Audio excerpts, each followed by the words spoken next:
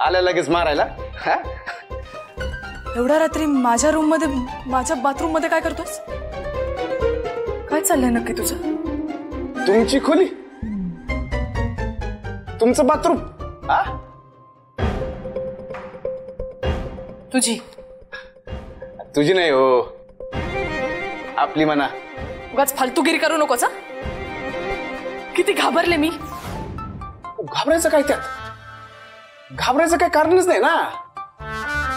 मक्तेदार वाड्यात तुम्ही, साम्राज्यामध्ये शेपात एकदम.